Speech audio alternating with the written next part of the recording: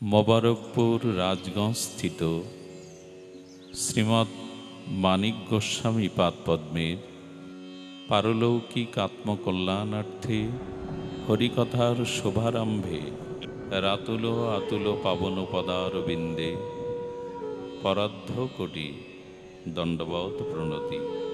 ব্রহ্মা চতুর্দশ ভুবনের সৃষ্টিকারী বেদবক্তা আদিগুরু যদি ব্রহ্মারও বহু জন্মে কৃষ্ণ কথাতে রুচি না হয়, তবে ব্রহ্মা জন্ম ব্রহ্মা পদ বৃথা। কথাটি জীব গোস্বামী পাদ ভক্তি সন্দর্ভে উল্লেখ করেন। যিনি চতুর্দশ ভুবনের স্রষ্টা, বেদবক্তা, আদিগুরু প্রজাপতি ব্রহ্মার বহু জন্ম বৃথা। যদি কৃষ্ণ কথাতে ব্রহ্মার রুচি না হয়, কারণ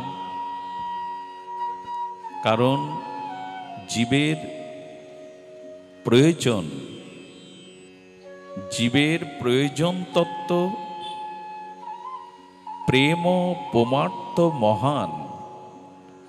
শ্রীকৃষ্ণ চৈতন্য মহাপ্রভু বলছেন, প্রেম পমার্থ মহান। এই জীবনের সর্বোত্তম ঐকান্তিক শ্রেয় হলো, প্রাপ্তি হলো ভগবৎ প্রেম। সেই ভগবৎ বিশুদ্ধা কেবলা প্রীতি ভক্তি বা প্রেম হরিকথা বিনা হৃদয়ে উৎসারিত হবে না, হয় না। প্রেম ও পুমার্থ মহান। শ্রীকৃষ্ণ চৈতন্য পরতত্ত্ব বলছেন, প্রেমই মহান। বৃত্ত বৈভব, সুন্দরী রমণী, পদ প্রতিষ্ঠা, ইন্দ্রপদ, ব্রহ্মপদ, এগুলি মহান নয়।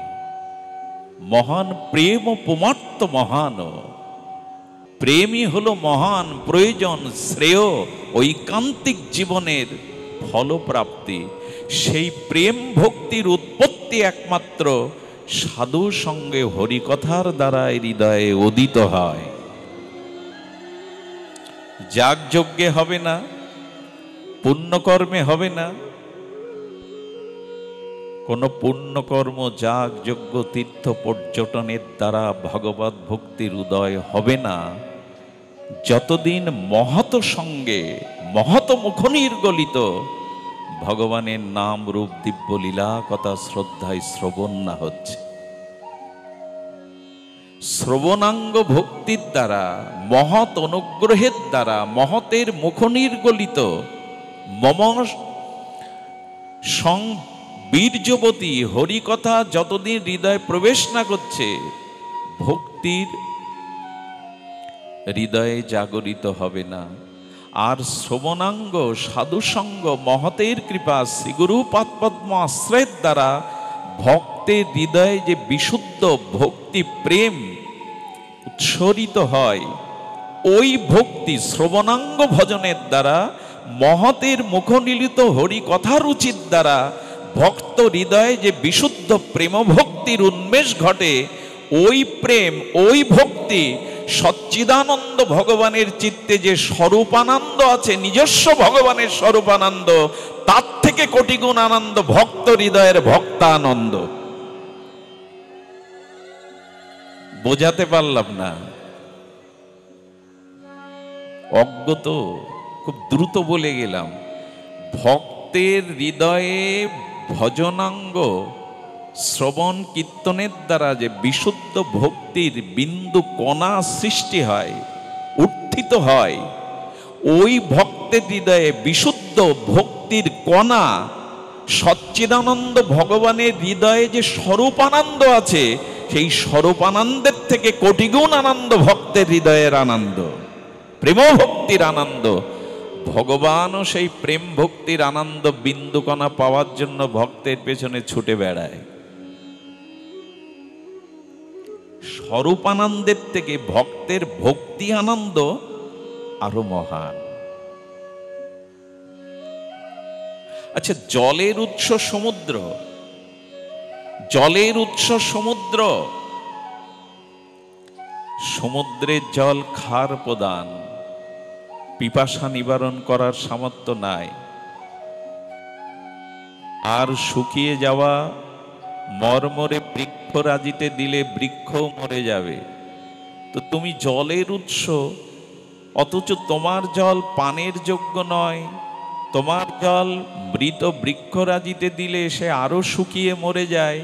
তো তুমি জলের উৎস হয়ে তোমার সার্থকতা কি? সমুদ্র বলল, সার্থকতা আছে। আমার এই জল বর্ষণের দ্বারা যখন আমি মেঘকে দিয়ে দেব, আমার এই সমুদ্রের নোনা জল 7 নক্ষত্র স্পর্শ করে সমুদ্রের শক্তির মধ্যে পড়লে তা হবে মুক্তা। অথচ সমুদ্রের জলের এই ক্ষমতা নাই যতক্ষণ সমুদ্রের জল মেঘকে দান না করছে। তেমনি ভগবানের হৃদয়ে যে স্বরূপ আনন্দ, সেই স্বরূপ আনন্দ ভগবান আনন্দিত হর্ষান্বিত হন বটে, তবে মোহিত হন না। কিন্তু ওই ভক্ত আনন্দের কাছে গিয়ে যখন ভক্তের ভক্তি, ব্যাকুলতা, উৎকণ্ঠা, প্রীতি, নিষ্কামতা মিশে গিয়ে ভক্তি তৈরি হয়, ভক্তি মেঘ তৈরি হয়, তখনই ভগবানের স্বরূপ আনন্দ ভক্তের প্রেমানন্দের পেছনে ছুটে বেড়ায়। এর মূলে হলো কৃষ্ণ কথাতে রুচি। ভক্তি হবে না। যাগ যজ্ঞ পূর্ণ কর্ম তীর্থ পর্যটনের দ্বারা ভক্তি হবে না। সাবৈ পুংসাং বিশ্বাস কেন কথা সুজা নৎপদায়েদ যদি রতিং শ্রম এবহি কেবলম। পরমহংস কুলতিলক ভগবান শ্রী সুখদেব তিনি বলছেন, যাগ যজ্ঞ পুণ্য পর্যটন দান ধ্যান কৃত পূর্ণ রাশি জমা হলে ভগবান সেই দিনই প্রসন্ন হবেন যেদিন তোমার হরি কথাতে রুচি হবে, না হলে সব বৃথা। শ্রম এবহি কেবলম। আসুন সেই ভাগবতীয় নাম রূপ দিব্য চিন্ময় লীলা কথাতে আমাদের রুচি হোক। হরিকথা শ্রবণের অধিকারী কারা? পার্বতীকে ভগবান শঙ্কর প্রথমে বলেছিলেন, আমি তোমাকে এই তত্ত্ব কথা শোনাবো না। জগৎমাতা আদ্যা শক্তি দেবী ভাগবতীকেও ভগবান শঙ্কর, যিনি ভাগবত প্রবক্তা, তিনি বলছেন, তোমাকে আমি শ্রবণ করাবো না। কারণ গত জন্মে তুমি আমার অর্ধাঙ্গিনী সহধর্মিনী সতী ছিলে। সেই সতী থাকা অবস্থায় ভরদ্বাজ ঋষির আশ্রমে চিত্রকূটে তোমার শ্রবণাঙ্গতে ভক্তি হয়নি। কি আশ্চর্য কথা! তোমার শ্রবণাঙ্গে ভক্তি হয়নি। তুমি ঋষি ভরদ্বাজকে দেখেও বক্তা রূপে শ্রদ্ধা করতে পারোনি। আর সেই লীলা কথা, ভগবত কথা শুনে সাক্ষাৎ মর্যাদা পুরুষোত্তম রামচন্দ্রের লীলা দেখেও সীতা হারানো রঘুপতি রামচন্দ্রের নরলীলায় যখন শোকে কাতর হয়ে কাঁদছিলেন, তখনও তোমার ভগবানের লীলাতে বিশ্বাস আসেনি। এই জন্য মনে মনে আমি তোমায় ত্যাগ করেছিলাম। তুমি সতীদেহ পরিত্যাগ করে পার্বতী হয়ে এসছো। পূর্বজন্মের যদি স্বভাব থাকে, তোমাকে আমি হরিকথা শোনাবো না। পার্বতী মা বলছেন, প্রভু অমৃতময়, সেই চিন্ময় অমরত্ব অমৃত আমাকে পান করান। বললেন, যদি ঘুমিয়ে পড়ো, অলসতা আসো, অভিশাপ নিতে হবে। রাজি আছো? হরিকথার অধিকারী সবাই না। যাদের অলসতা আসে, নিদ্রা আসে, শ্রবণে পটুতা নাই, উৎকর্ণ নাই, ভগবান শঙ্কর বললেন, এদের হরিকথাতে কোনো জন্মেই ক্রিয়া হবে না। সাবধানে শুনিবেগ মহন্ত বচন। প্রতিদিন ধ্রুব চরিত্র, প্রহ্লাদ চরিত্র সাবধানতার সহিত গদাধর পণ্ডিত গোস্বামীর কাছে মহাপ্রভু নিজে শুনতেন। এবং সেই প্রহ্লাদ চরিত্র, ধ্রুব চরিত্র শ্রবণ করতে করতে প্রভু চোখের জলে হস্তলিখিত গদাধর পণ্ডিত গোস্বামীর ভাগবতের অক্ষর ভাসিয়ে দিয়েছিলেন। প্রভু, তুমি রাধা কৃষ্ণ মিলিত তনু পরতত্ত্ব, ব্রহ্মারও বাঞ্ছিত চরণ, তুমি কেন প্রহ্লাদ চরিত্র ধ্রুব চরিত্রে কাঁদছ? শ্রবণ উৎকণ্ঠা কেন তোমার? বলেন, প্রহ্লাদের মতো ভগবানে বিশ্বাস আমার কবে হবে? স্তম্ভের মধ্যেও ভগবান আছেন এই বিশ্বাস, ধ্রুবের মতো ব্যাকুলতা ভগবানের প্রতি আমার কবে হবে? আমার তো হলো না। একে বলে শ্রবণ, একে বলে শ্রবণ। পার্বতী প্রতিজ্ঞা করেছিল, হরিকথাতে যাদের অলসতা আসে, নিদ্রা আসে, জীবাণু আছে, হরিকথাতে মনোনিবেশ হয় না, এরা হরিকথা শ্রবণের অধিকারী নয়।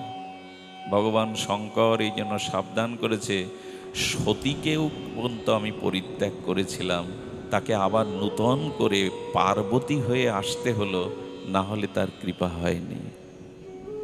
সুধীজন, হরিকথাতে যেটি আমরা প্রাপ্ত হব, আমাদের জীবনে অবসাদ আছে, বিষাদ আছে।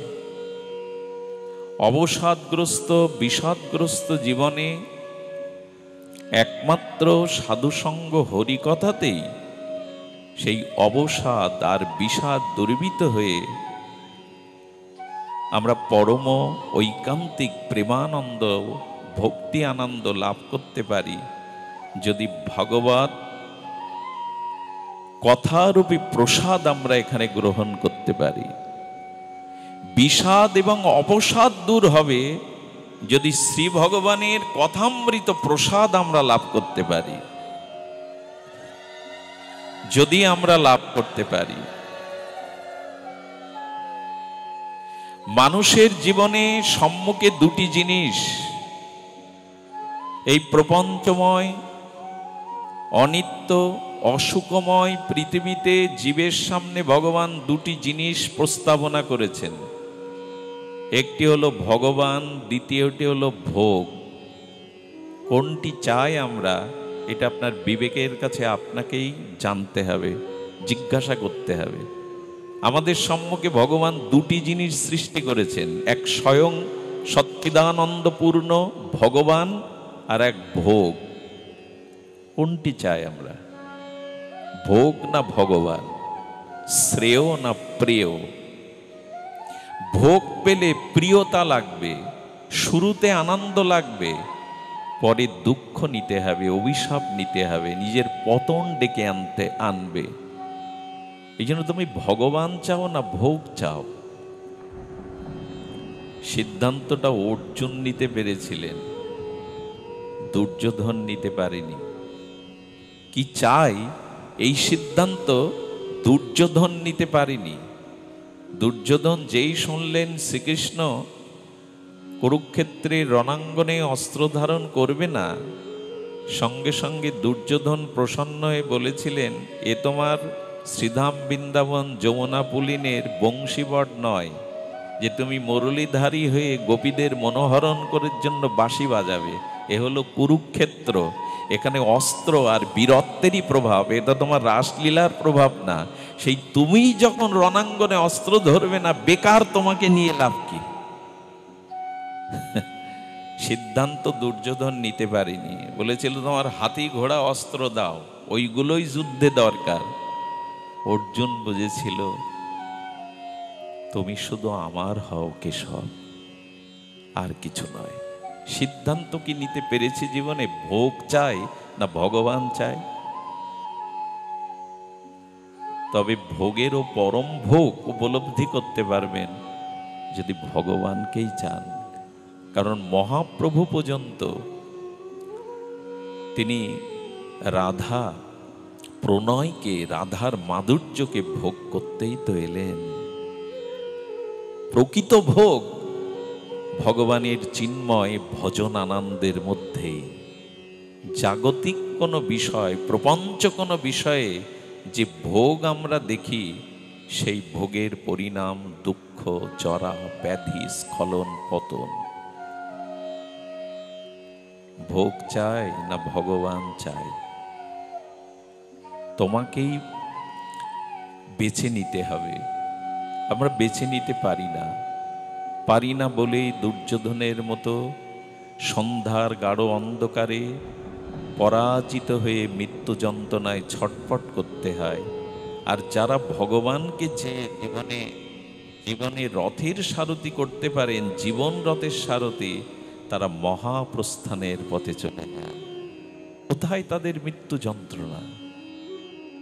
ভোগেই আমরা মর্ত, অনন্ত প্রকার ভোগেই আমরা মর্ত আছি। এর থেকে বেরিয়ে আসার জন্য এই পাপময় অপরাধময় অনন্ত জন্মের সঞ্চিত পাহাড় পরিমাণ পাপ অপরাধকে ভাঙতে পারে কেবল একজন। আচ্ছা, আকাশ থেকে অশ্বিনী সংকেতে বজ্র সম্পাদ যদি পাহাড়ের উপরে হয়, আকাশ থেকে অশ্বিনী সংকেত দ্বারা বজ্র যদি পাহাড়ে সম্পাত হয়, পাহাড় চূর্ণ বিচূর্ণ হয় কিনা? কিছুটা হলেও চূর্ণ বিচূর্ণ হয়ে যায় ওই বজ্রের আঘাতে। তেমনি শ্রীমান মহাপ্রভু বললেন, ওগো, তোমাদের অনন্ত জন্মের যে পাপ অপরাধের পাহাড় হৃদয়ে জমে আছে, শ্রীকৃষ্ণ চৈতন্য করুণার অবতার হয়ে কৃপা করে তিনি এই জগতে পতিত উদ্ধারণ রূপে এসে আর পঞ্চম পুরুষার্থ প্রেম, হরিনাম, বৈষ্ণব সঙ্গ, ভাগবত সাক্ষাৎকার করিয়ে সেই জীবের হৃদয়ে বজ্রের মতো হরিনাম হরিকথাকে দিয়ে জীবের পাপময় পাহাড়কে চূর্ণ করে ওর মধ্যে দিয়ে ভক্তির ঝর্ণা বইয়ে দিলেন। আচ্ছা, মরমর পাথরের ভেঙে গেল, কিন্তু কিছুক্ষণ পর দেখা গেল ওর মধ্যে দিয়ে ঝরো ঝরো ঝর্ণা বইছে, বয় কিনা? শ্রীকৃষ্ণ চৈতন্য পরতত্ত্ব বলছেন, তোমার অনন্ত জন্মের পাপ অপরাধের যে পাহাড় চিত্তে জমে আছে, আমি হরিনাম হরিকথা মহৎ কৃপা দ্বারা সেই পাহাড়কে চূর্ণ বিচূর্ণ করে ভক্তির গঙ্গা ধারা, ভক্তির ঝর্ণা দ্বারা বয়ে দেওয়ার জন্যই আমি এসেছি। এলো মহাপ্রভুর কৃপা, একমাত্র ওনার কৃপাতেই এটি সম্ভব। আমাদের মতো হতভাগ্য কলিহত জীবের জন্য নিতাই চৈতন্য ছাড়া আর কোনো পথ খোলা নেই। এমন দরদি, এমন দয়ালু আর আসেনি, 4000 বছরে আসবেও না। হরিকথা মনোনিবেশ হলে দেহাত্মবোধ থাকে না, ক্ষুধা তৃষ্ণা মলমূত্র দেহাবেশী থাকে না। 7 দিন তো কিছু খাননি পরীক্ষিত মহারাজ, কথামৃত পান করতে করতে তার দেহাবেশ ছিল না। আমরা অত দূরের না, অত উপরে উঠতে পারবো না, তবে 2 ঘন্টা যদি ক্ষুধা তৃষ্ণা দেহ সুখ ত্যাগ না করতে পারি, তো ভগবান পাবো কি করে, প্রেম ভক্তি পাবো কি করে? অনেকেই পাঠ শুনতে এসে কোটো বের করে, ছোট ছোট এরকম কোটোর মধ্যে পান গালে দেন, চুন পান মশলা দিয়ে ওই রস পান করতে থাকেন আর হরিকথা পান করতে থাকেন। মহাত্মারা বলছেন, পানের রসের ত্যাগ করতে পারলে না তো কাম ক্রোধ কি করে ত্যাগ করবে তুমি? খুব সোজা, হরিকথাতে কষ্ট স্বীকার করুন। ভোগের দেহ, সুখের দেহ, বিষয় ভোগের দেহ একটু ক্লেশ। তপস্যাটা কি জানেন? তাপ সহা। এই যে গরম পড়ছে, বসতে কষ্ট হচ্ছে, ঘুম আসছে, এই তাপটাকে যে সহ্য করতে পারে তারই নাম তপস্যা। তাপ সহা তপস্যা। তপস্যা না হলে তো পাওয়া যাবে না। তো মহাপ্রভু কৃপা করে হরিনাম হরিকথা বৈষ্ণব শাস্ত্র বৈষ্ণব সঙ্গ দিয়ে আমাদের সেই পাপের অপরাধের পাহাড়টাকে চূর্ণ বিচূর্ণ করলেন। এর প্রমাণ কি? এর প্রমাণ শুনুন। জগন্নাথী মাধব জগায় মাধায় পাপের পাহাড় কম ছিল তাদের?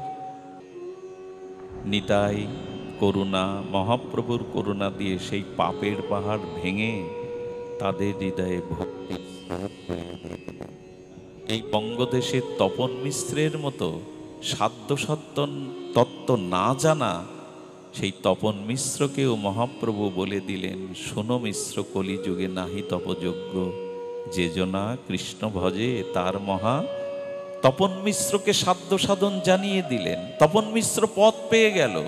শুধু কি তাই, যিনি তর্ক আর অন্যকে পরাস্ত করা ছাড়া পাণ্ডিত্য দিয়ে কিছুই জানতেন না, সেই প্রকাশানন্দ সরস্বতীর চিত্রে তর্ক এবং বিতর্ককে মুছে দিয়ে তার মধ্যে রাধারস সুধানিধির তরঙ্গ বইয়ে দিলেন মহাপ্রভু।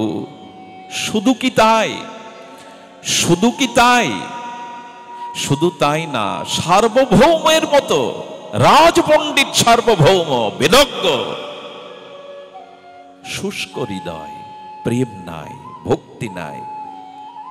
ষড়ভুজ দর্শন করিয়ে কৃপা করে সার্বভৌমকে পাগল করে নাচালেন হরি নামে, হরি প্রেমে। মহাপ্রভুই এই জন্য চৈতন্যই ভরসা, নিতাই চাঁদই ভরসা আমাদের। আমাদের সামনে এমন করে দয়ার মূর্তি নিয়ে দয়ার ঠাকুর আর আসেনি। কলি ঘোর তিমিরে গরসল জগজন, ধর্ম কর্ম রহুদূর, অসাধনে চিন্তামণি বিধি মেলাইল আনি, গোড়া বড় দয়ার ঠাকুর। কে আছে এমন? অসাধনে চিন্তামণি বিধি মিলাইল আনি, যা ব্রহ্মাও পায়নি তাই অকাতরে স্থান পাত্র বিচার না করে দিয়ে দিচ্ছে। এমন দয়াল আর কে এসেছে, আসবে বা কবে? অনার্পিত চরিণ চিরাত করুণায় অবতীর্ণ কল, সমর পয়ত উন্নত উজ্জ্বল রস সভক্তি শ্রিয়ম, হরিপুরট সুন্দর দুতি কদম্বিত সন্দীপিত, সদা হৃদয় স্কন্দরে স্ফুরত বা শচীনন্দন। কবে আমার চিত্ত গুহার মধ্যে, আমার চিত্ত মধ্যে শচীনন্দনের স্ফূর্তি হবে, শচীনন্দনের ভাবনা উদয় হবে, সেই ভাবের উদয় হবে। এই ছাড়া তোর পথ নেই খোলা। পতিত পাষাণ্ডী অতি দুরমতি অতি, প্রাণে না মারিল কারে, হরিনাম দিয়া হৃদয় সদিল যাচি গিয়া ঘরে ঘরে। কে আছে এমন প্রেমের ঠাকুর, দয়ার ঠাকুর? ঘরে ঘরে গিয়ে যেচে যেচে ব্রহ্মার বাঞ্ছিত প্রেম দিচ্ছেন। একমাত্র নিতাই গৌরেরই অবদান। সেই ঘরের ছেলে নিতাই গৌর, তাকে আমরা উপলব্ধি করলাম না। দেখুন, ভগবান শ্রীকৃষ্ণ যখন তাপর লীলা তিনি সাঙ্গ করে নিত্য স্বরূপধামে গমন করছেন, অপ্রকট লীলাতে গমন করছেন, ভক্ত শ্রেষ্ঠ সর্বোত্তম উদ্ধব এসে দাঁড়িয়েছে। খুব মর্মস্পর্শী কথা, ধ্যান দিয়ে শুনুন। যখন দাঁড়িয়েছেন, উদ্ধবকে ভগবান বলতে বলতে বলেছেন, আমার পুত্র ব্রহ্মাও আমার এত প্রিয় না, আমার বড় দাদা বলরাম আমার কাছে যত প্রিয় না, লক্ষ্মী দেবীও আমার কাছে যত প্রিয় না। হে উদ্ধব, তুমি আমার অভিন্ন হৃদয়, তুমি আমার ততটা প্রিয়। বৃহস্পতির শিষ্য, জ্ঞানী মধ্যে অগ্রগণ্য ধীর, আর বিঞ্চিগণের মধ্যে সর্বত মেধা সম্পন্ন উদ্ধব, যাকে দেখলে দূর থেকে বাসুদেব কৃষ্ণের সাথে একীভূত মনে হতো, সেই উদ্ধব বলছেন, প্রভু তুমি দাপর লীলা সাঙ্গ করে অপ্রকট নিত্য লীলায় প্রবেশ করছো, কিন্তু তোমার এই ধ্বজঙ্কুচ দিব্য চরণ চিহ্ন ধরিত্রী বসুন্ধরা থেকে যেদিন চলে যাবে, সেদিন কাল কলি এসে প্রবেশ করবে। প্রভু, আমার একটা জিজ্ঞাসা আছে। উদ্ধবের জিজ্ঞাসাটা বড় অপূর্ব, জ্ঞান উত্তম তো।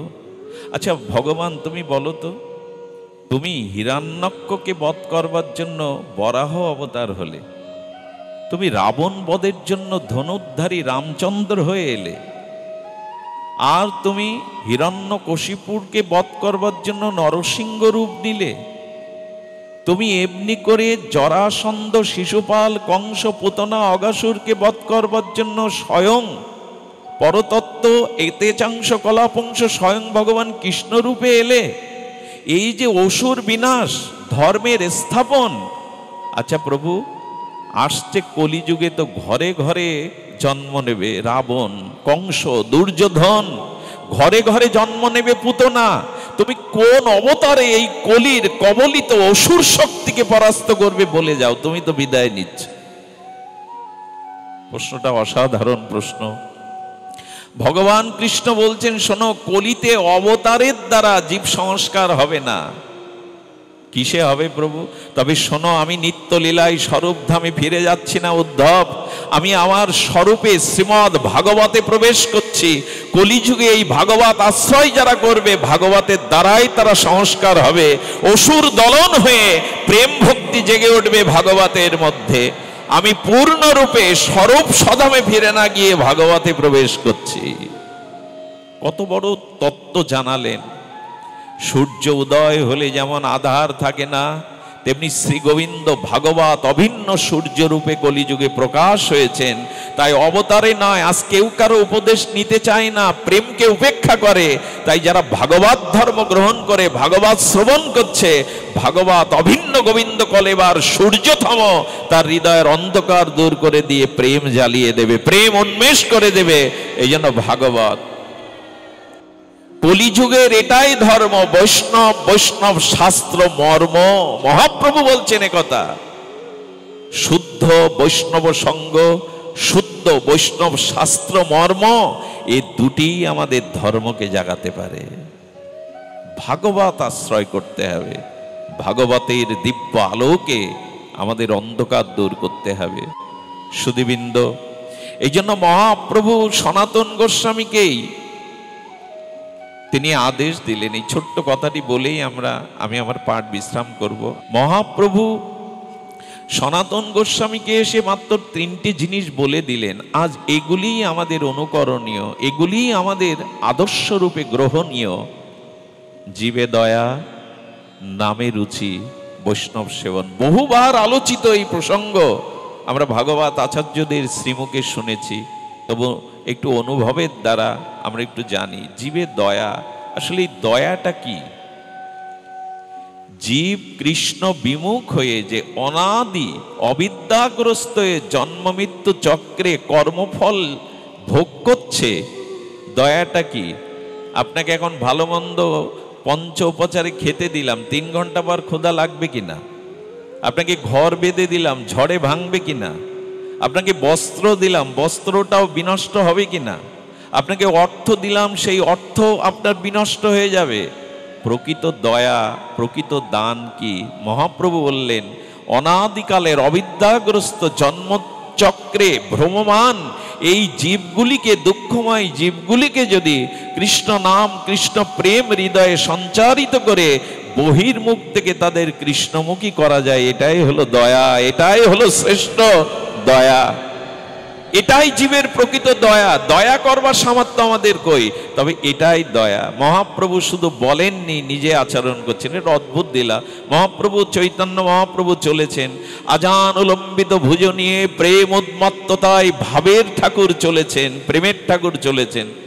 সেদিন ঘোল বিক্রি, এক ঘোল ফেরি করে বিক্রি করে উনি পথ দিয়ে আসছেন। হঠাৎ চৈতন্যদেবকে সম্মুখে দেখে বললেন, আরে সোনার পর্বত সম তপ্ত কাঞ্চনময় শ্রীঅঙ্গ কেই নি, আজান উলম্বিত ভুজ তপ্ত কাঞ্চনময় তরঙ্গে বদনে সেই হরিনামের মধুমাখা। আর তার বদন দর্শন করে বিমোহিত হয়ে কোন আকর্ষণে ছুটে গিয়ে চৈতন্য মহাপ্রভুর সামনে বাগ নামিয়েছেন। মহাপ্রভু তো দাতা শিরোমণি বললেন, মাটির পাত্রে কি আছে তোমার? বলে, প্রভু ঘোল আছে। বলে, দেবে আমায়, দাও। আর প্রভু চাওয়ার সাথে সাথে চিত্তের কেন কি আবেদনে তাকে দিয়ে দিল। প্রভু মাটির পাত্র বড় ভালোবাসতেন, মাটির পাত্রে সে ঘোল সব পেয়ে নিলেন। যেই পেয়ে নিয়ে হাড়ি শূন্য হয়ে গেছে, ঘোলওয়ালা বিক্রেতা বলছে, প্রভু মূল্য দিন। বলে, মূল্য চাইছো, কিন্তু আমার কাছে তো পয়সা করি নাই। বলে, তা বললে তো আমার সংসার চলবে না প্রভু। আরে ঘোল সব পেয়ে নিয়েছেন, আজ বিক্রি করা হাড়ি চলবে না, উপবাস করে থাকতে হবে। বলে, আমার কাছে তো পয়সা করি নাই। পয়সা করি নাই তো আমার চলবে কি করে? বলে, আমার কাছে একটা জিনিস আছে, সেই সম্পদ আমি তোমায় দিচ্ছি। বলে, অন্তত দিন। উনি মনে করেছেন অন্য কোনো সম্পদ আছে। বলে, সম্পদ নেবে এসো। প্রভু হাতটা উত্তোলন করে বলছে, হরি বল, হরি বল, হরি বল। বলে, আমার কাছে এই সম্পদ আছে, এটা নাও। আচ্ছা, হরি বল শব্দের অর্থ কি? আমরা হরি বলি, হরি হরি হরি বল কেন? বল মানে কাউকে নিবেদন করা হচ্ছে, হরি বল, তুমি বলো। আবার আপনি বলছেন হরি বল, আমাকে বলছেন, এটা নিবেদন করা হচ্ছে বলবার জন্য। হরি বলে কয়টা অক্ষর? 4টে। হ র ব ল। মহাপ্রভু বলছেন হতে হরি মানে কৃষ্ণ, গৌর হরি, ঋষিকেশ হরি, স্বয়ং হরি, রতে রাধা, আর হ্যাঁ হরি বল, বতে বৃন্দাবন আর লতে লীলা। হরি বল বলা মানে রাধা মাধব সহিত বৃন্দাবনের লীলা স্ফুরতি হওয়া, এই হরি বল। এই জন্য হতে হরি, রতে রাধা, বতে বৃন্দাবন, লতে লীলা, একই সাথে সমর্পিত করে মহাপ্রভু বললেন আমার কাছে একটা সম্পদ আছে, তুমি নাও, হরি বল হরি বল। আমাকে এক মহাত্মা বলেছিল বিল্বমঙ্গল, যদি তোমার স্ত্রীর সাথে কখনো ঝগড়া হয় বাড়িতে, স্ত্রী যতই কটু কথা বলুক, সামনে তুমি একটু হরিবোল বলবে। ও বলে যাচ্ছে তুমি হরিবোল বলো। আবার স্বামী যদি ঝগড়া করে মা বলবে। যদি স্বামী স্ত্রী পিতামাতা দুইজন বলে, তবে সন্তানদের শিখিয়ে দিলেন ওখানে হরিবোল বলবে। কথা চারিয়ে যাওয়া কি সম্ভব? তো হরিবোল বলালেন মহাপ্রভু। মহাপ্রভু বলছে দেখো, তাও যদি তোমার অর্থ দরকার হয়, আমার শিষ্যগণ পেছনে আসছে, বৈষ্ণবগণ, ওদের কাছে চাও। আরে উনি ওই আশায় বসেছেন, বৈষ্ণবরা গৌর হরি বলতে বলতে আসছেন, বললেন তোমাদের প্রভু আমার ঘোল পাত্র খালি করে দিয়েছেন, তোমাদের কাছে যদি কিছু পাই সম্পদ দিতে বলেছে। বলেছে তুমি কি পাগল? উনি আমাদের আচার্য গুরু, গুরুর কাছে পয়সা নেই তো শিষ্যের কাছে থাকে? আরে আমাদের কাছেও তো নেই। বলি সব তো তোমরা নেই নেই বলছো, আছে কি? বলে আছে একটা জিনিস যা প্রভু দিয়েছেন, এসো তাই দিয়ে। হরিবোল বলতে ওরাও শুরু করেছেন। হরিবোল বলো, এটাই সম্পদ। গৌরাঙ্গের দুটি পদ, যার প্রেম সম্পদ, সেজনা ভক্তি রসসার। ওগো, যার ভক্তি এসেছে, গৌর নাম এসেছে, তার অভাব থাকে? অভাব থাকে না। এই জন্য মহাপ্রভু এমনি করে কৃপা করছেন, বলেন বহির্মুখ জীবকে কৃষ্ণমুখী করার প্রয়াস করো। আপনি আচারে জীবকে এই শিক্ষা দাও, এটাই হলো প্রকৃত দয়া। আজকে যারা এখানে অষ্টকালীন সংকীর্তন, অষ্টকালীন লীলা কীর্তন এবং ভাগবত দিচ্ছেন, এরাই প্রকৃত দয়া করছেন। অর্থ ব্যয় করে, কষ্ট স্বীকার করে এই যে জীবগুলিকে প্রেম ভক্তি দানের, শাস্ত্র মর্মত্ম দানের ব্যবস্থা করেছেন, এটাই হলো দান, এটাই হলো দয়া। যারা গোবিন্দ কথার আয়োজন করে, ভাগবতের আয়োজন করে, এই ভাগবত বিতারণই হলো, ভগবত অন্যের মধ্যে প্রচার হলো, এটাই হলো প্রকৃত জীবে দয়া। নামে রুচি। মহাপ্রভু বললেন এইটাই কেবল আমাদের উপলব্ধিতে আনতে হবে, নামে যেন রুচি হয়, তৃষ্ণাত্ম চাতকের মতো যেন রুচি হয়। এই রুচি নিয়েই হরি নাম। দেখুন রুচি কেন দরকার, আমি আগেও বলেছি। একটি ময়লা বস্ত্রের উপরে সাবান রেখে ঘষলে কাপড় পরিষ্কার হবে না, ডিটারজেন্ট ওপরে দিলে কাপড়ের ওপর পরিষ্কার হবে না, ওখানে তৃতীয় একটি বস্তু চাই, জল। আচ্ছা, ময়লা বস্ত্রের উপরে সাবান দিলেন, পরিষ্কার হবে? ডিটারজেন্ট দিলেন, জল দিলেন না, পরিষ্কার হবে কি বাবা? যতই ঘষাঘষি করি। মহাপ্রভু বললেন নাম নিলে হবে, তবে নামের সাথে একটু রুচি জাগাও, একটু রুচি জাগাও। এই রুচিটাই হরি নামে প্রেম এনে দেবে, আর কিছু নয়। এক কৃষ্ণ নামেই পাপ যাবে, আর কৃষ্ণ নাম নিতে প্রেম পাবে, তাও ব্রজ প্রেম। একটু রুচিতে বলো, একটু ক্ষুধা জাগিয়ে বলো।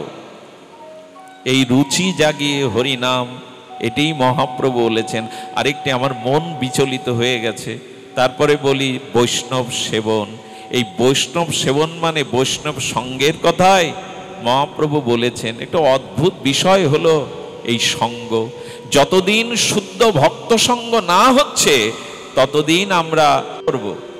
আর আত্মহত্যার সিদ্ধান্ত এইভাবে নিলেন, আমি যখন কারো উদরের পরিপূরণ করতে পারলাম না, তখন আমার মৃত্যুটা যেন কোনো প্রাণী তার উদরের ক্ষুধা নিবৃত্তি করে হয়।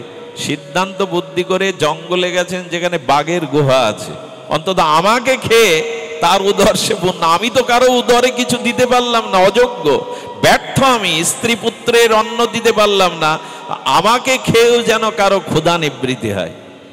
এই জন্য মৃত্যুকে আলিঙ্গন করে বাঘের গুহার দিকে, বাঘ ও গুহার সামনে যখন তার শিকারি আসতে দেখে প্রস্তুত নেবে, ভাগ্যফলে বাঘের গুহার উপরে একটা বৃক্ষের শাখায় বসেছিলেন রাজহংস। রাজহংস বললেন, ব্যগ্র রাজা, তার ভাষাতেই তিনি অনুভবে বলছেন, শুনুন, দেখুন ও আপনার কাছে আসছে কোনো ভয় নিয়ে আসছে? বলো তাই তো ভাবছি, আসছে ভয় নিতে। বলো আপনার কাছে আত্মসমর্পণ করতে এসছে। ও আপনাকে ভয় পাচ্ছে না, আপনার ক্ষুধা নিবৃত্তি করবার জন্য আপনার কাছে চিরজীবনের মতো নিজেকে উৎসর্গ করতে আসছে। ও বড় অভাবী, দেখুন ওর ভয় নেই, ডর নেই, ও আপনার কাছে সমর্পণ করবে বলে। বাঘ ও বাঘিনীও তো তার বাচ্চাকে লালন পালন করে, ওদেরও তো বুকে দুধ মমতা আছে। বললো আমার কাছে ভয়ে আসছে না, আমার কাছে সমর্পণ করার জন্য আসছে। যখন সামনে গেছে তখন বলছে, জানেন ওর স্ত্রী পুত্র খায় না, না খেয়ে মরতে বসেছে, তাই অনুশোচনায় আপনার ক্ষুধা নিবৃত্তির জন্য জীবন উৎসর্গ করতে এসছে। বাঘ বললে, আহারে, একে স্বীকার করা আমার উচিত নয়। আচ্ছা ওকে দাঁড়াতে বলো। দাঁড়িয়ে ও গুহার মধ্যে থেকে একটা মোহরের থলে বলছেন, আমি মাঝে এক মানুষকে শিকার করেছিলাম, তার কাছে এই মোহরের পুডলি পেয়েছিলাম, এটা তো আমার খাদ্য না। চেলে দিল, নিয়ে যাও, অভাব দূর হোক। ওই এনে তার 5 বছর চলল। কিন্তু অলস ব্যক্তির হাতে ধনসম্পদ দিলে আর একটা বিপদ, ওই বসে বসেই খাবে, চেষ্টা করবে না। 5 বছর পরে আবার অভাব, মনে করেছে আবার বাঘের কাছে যায়, আবার বাঘের কাছে গেলে যদি কিছু দিয়ে দেয়। সেদিনও বাঘ ওকে আসতে দেখে বলছে, ও এ তো সেই, নিশ্চয়ই আবার অভাবে পড়েছে, আমার কাছে শরণাপন্ন হতে এসেছে, আমি যা আছে তা দিয়ে দিই। ও নির্ভয়ে আসছে। কিন্তু পার্থক্য কি জানেন? পার্থক্য একটাই, সেদিন বাঘের গুহার উপরের শাখায় রাজহংস ছিল না, সেদিন ছিল বক। এই বক বলছেন, আপনি বনের রাজা, আপনি পরাক্রমী, অথচ আপনাকে ভয় পাচ্ছে না। ও কি সাহস ও দুঃসাহস মানুষের! আরে আপনাকে ভয় না পেয়ে আর আপনার কাছে চলে আসছে, আর আপনিও চুপচাপ বসেছেন।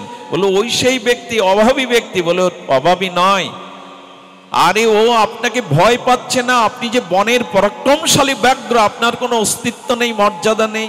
বাঘের মাথা ঘুরিয়ে দিল বক। বলে সত্যিই তো, বাঘের সামনে আসবে, ভয় পাবে না, আমি বনের পশুরাজ, আমার দিকে ভয় পাবে না তা হয়? যেই সামনে গেছে, বাঘের মাথা ঘুরিয়ে দিয়েছে বক, আর সঙ্গে সঙ্গে তাকে শিকার করে খেয়ে ফেললো। পার্থক্য একটাই, মহাপ্রভু বললেন, বৈষ্ণব সঙ্গ করো, অবৈষ্ণব সঙ্গ করো না।